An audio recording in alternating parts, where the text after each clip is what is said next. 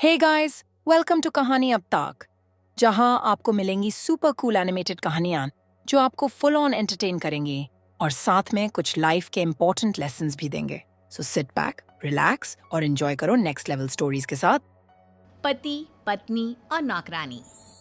शीतल और अभिमन्यु की शादी को 5 साल हो चुके थे, लेकिन अभी तक उनका कोई बच्चा नहीं हुआ था। इसकी वजह से शीतल और अभिमन्यु परेशान रहते थे, लेकिन उन दोनों से ज्यादा परेशान थी शीतल की सास, यानी अभिमन्यु की माँ जानकी देवी। जानकी देवी चाहती थी कि जल्दी से जल्दी उनकी गोद में पोता या पोती आ जाए, और इसीलिए वो अपनी बहू शीतल को लेकर एक दिन हॉस्पिटल पहुंची। डॉक्टर मैडम, जरा ठीक से चेक करके बताइए ना। कई बड़े बड़े डॉक्टर को दिखाया है, लेकिन मेरी बहू माँ ही नहीं बन पाती। मैंने शीतल को बहुत अच्छे से चेकअप किया है। देखिए, बात यह है कि शीतल के अंदर माँ बनने की कैपेसिटी नहीं है। ये आप क्या कह रही हैं डॉक्टर साहब? कोई तो इलाज होगा ना, कोई दवाई दे दीजिए। देखिए, कुछ प्रॉब्लम ऐसी होती है जिनका कोई ट्रीटमेंट नहीं होता। आई एम सॉरी टू से, लेकिन शीतल कभी माँ नहीं बन सकती, क्योंकि उसके यूट्रस में अंदर से ही कुछ प्रॉब्लम है। घर आने के बाद क्या हुआ माँ? कहाँ लेकर गई थी आप शीतल को? अरे कहाँ लेकर जाती, डॉक्टर मैडम के पास ले गई थी। लेकिन तेरी बीवी तो कभी माँ बन ही नहीं सकती। मम्मी जी, इसमें मेरी क्या गलती?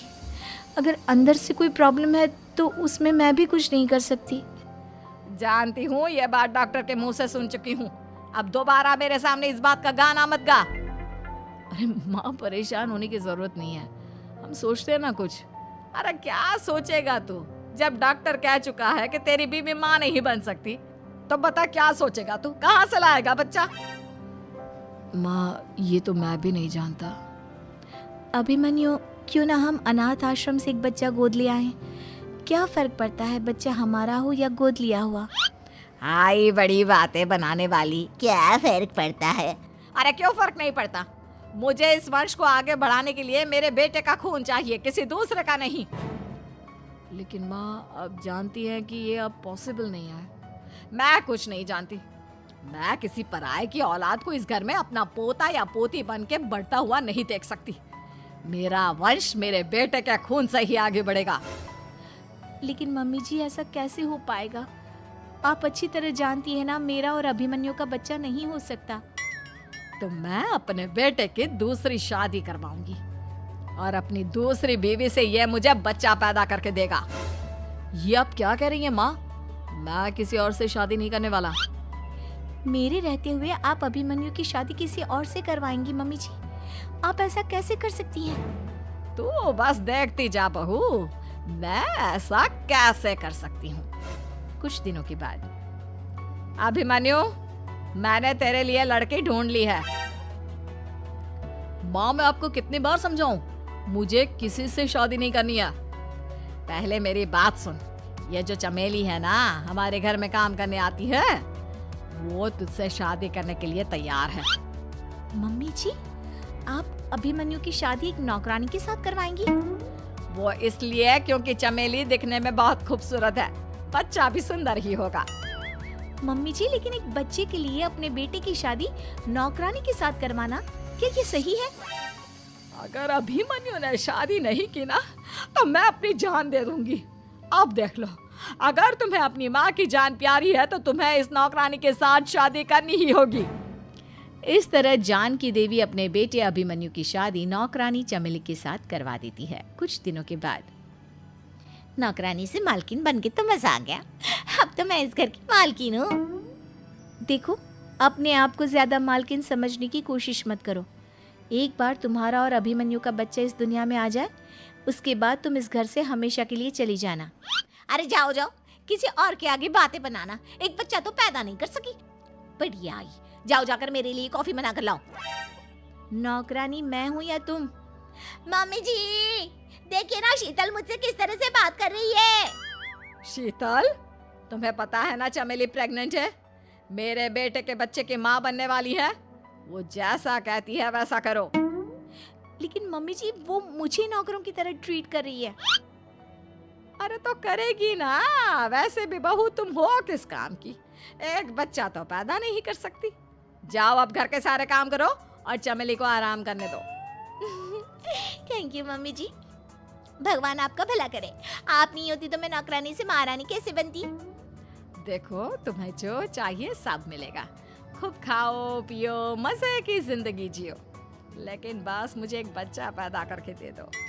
कुछ दिनों के बाद, मम्मी बच्चे के लिए आपने मेरी शादी चमेली के साथ करवा तो दी, लेकिन दिन और रात का चैन मिट गया है। सारा दिन शीतल और चमेली की बहस चलती रहती है। अब शीतल को इस घर में रखने से क्या होगा? मैं तो कहती हूँ उसे घर से निकाल दो, है भी किस काम की। मैं ऐसा नहीं कर सकता माँ, वो मेरी पत्नी है, उससे बहुत प्यार करता हूँ मैं। तुम्हारी पत्नी चमेली है, चमेली उससे प्यार करो। अरे तुम्हारे बच्चे को जन्म देने वाली है वो। अभिमन्यु, मैं खुद ही इस घर से चली जाती हूँ। वैसे भी अपने ही घर में नौकरों की तरह रहकर परेशान हो चुकी हूँ। घर की नौकरानी मेरे ऊपर हुक्म चलाती है, वो तुम्हारी पत्नी बन चुकी है। अब मेरा इस घर में क्या काम। अभिमन्यु के बार बार रोकने पर भी शीतल उस घर से चली जाती है। कुछ दिनों के बाद चमेली एक बच्चे को जन्म देती है। भगवान ने मेरी सुन ली, मेरे बेटे का घर भर गया, उसका अपना बच्चा इस दुनिया में आ गया। मम्मी जी, बच्चे को हाथ लगाने से पहले मेरी एक शर्त तो सुन लो। तुम कहना क्या चाहती हो चमेली?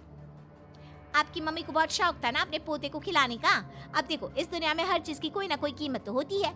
तुम अपनी आधी प्रॉपर्टी मेरे नाम कर दो, बच्चा तुम्हारे नाम। अरे लेकिन मैंने अपने बेटे से तुम्हारी शादी करवाई है, अब ये सौदेबाजी कहाँ से आ गई? जो औरत अपनी बहू को घर से निकाल कर एक नौकरानी के साथ अपने बेटे की शादी करवा दे, वो तो सौदेबाजी कर ही सकती है ना।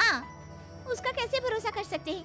मुझे बस आप लोगों की प्रॉपर्टी चाहिए, उसके बाद ही बच्चे को आप हाथ लगा सकते हैं। मैंने कहा था ना मम्मी, आप गलत कर रही हैं। देखिए उसका नतीजा आपके सामने है। जब शीतल को पता चलता है कि अभिमन्यु और चमेली का बच्चा दुनिया में आ गया है तो वो अपने घर पहुंचती है। अभिमन्यु, कहाँ है आपका बच्चा? क्या मैं उसे देख सकती हूँ? कुछ भी मत पूछो शीतल, माँ की हुई एक गलती हम लोगों पर भारी पड़ रही है। वो नौकरानी अपनी औकात पर आ गई है और अब हमसे अपनी आधी प्रॉपर्टी मांग रही है, वो भी बच्चे के बदले में। एक बात कहूँ अभिमन्यु, आप उससे कुछ भी देने से मना कर दो। अरे कैसी बात कर रही हो? मेरे बेटे की औलाद है उसके पास, ऐसे कैसे मना कर दे? मम्मी जी, वो अभिमन्यु का बच्चा नहीं है, वो चमेली और उसके बॉयफ्रेंड का बच्चा है। ये तुम क्या कह रही हो शीतल?